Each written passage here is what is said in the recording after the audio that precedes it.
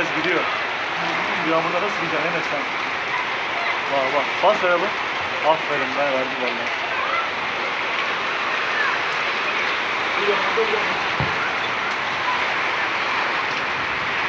Ama kenarda o kurallar Al bunu bekle. He?